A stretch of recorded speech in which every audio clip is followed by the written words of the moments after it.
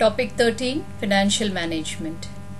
At the end of this topic, students will be able to identify the functions performed by a firm's financial managers, describe the characteristics of money, describe the functions of money, compare the two major sources of funds for a business, identify the sources of short-term and long-term funds, and describe the role of commercial banks.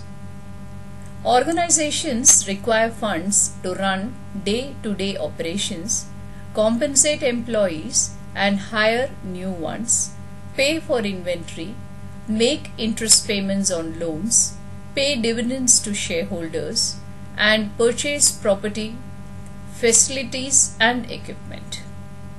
Financial managers have to make projections and budgets for the funds to be prepared for all eventualities. Sources of generating such funds and types of requirements of finance should be anticipated and identified in order to take timely action. Commercial banks play a significant role in providing financial assistance in different forms based on the requirements of their clients. The characteristics and functions of money is another study factor that emphasizes the importance of money management. To define finance, it is a business function of planning, obtaining and managing a company's funds in order to accomplish its objectives in the most effective possible way. A financial manager is an organization's staff member responsible for developing and implementing their financial plan and for determining the most appropriate sources and uses of funds. A financial plan is a document that specifies the funds a firm will need for a period of time, the timing of inflows and outflows, and the most appropriate sources and uses of funds. Based on forecast of production cost, purchasing needs, and expected sales activities for the time period that is covered. Financial managers build a financial plan based on the answers to the three questions. What funds will the firm require during the appropriate period of operation? How will it obtain the necessary funds? When will it need more funds? The characteristics of money. Money is anything generally accepted as payment for goods and services. The first characteristic is divisibility. It is the ability to be broken down into smaller units. Example, US dollar is divided into cents, nickels, dimes and quarters. Portability. It is the ability to be easily moved from place to place. Lightweight of modern paper currency. It facilitates the exchange process. Durability. It is the ability to survive repeated usage over time.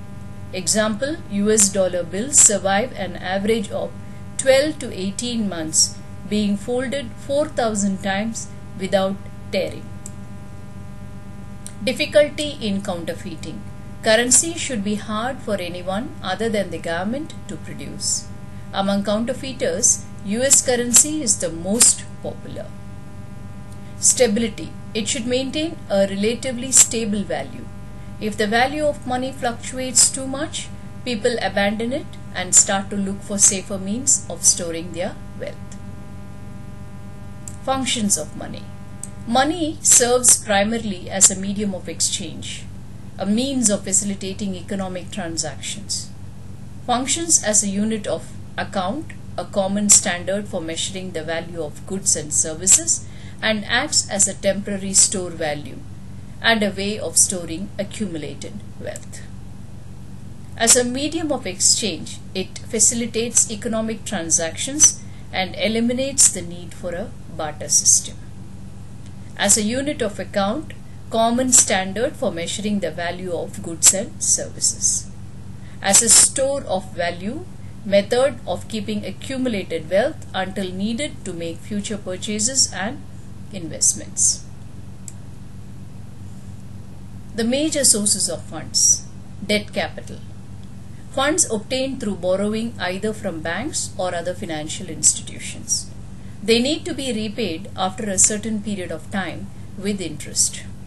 In the balance sheet, it will be shown as a liability and the interest as an expense in the profit and loss statement.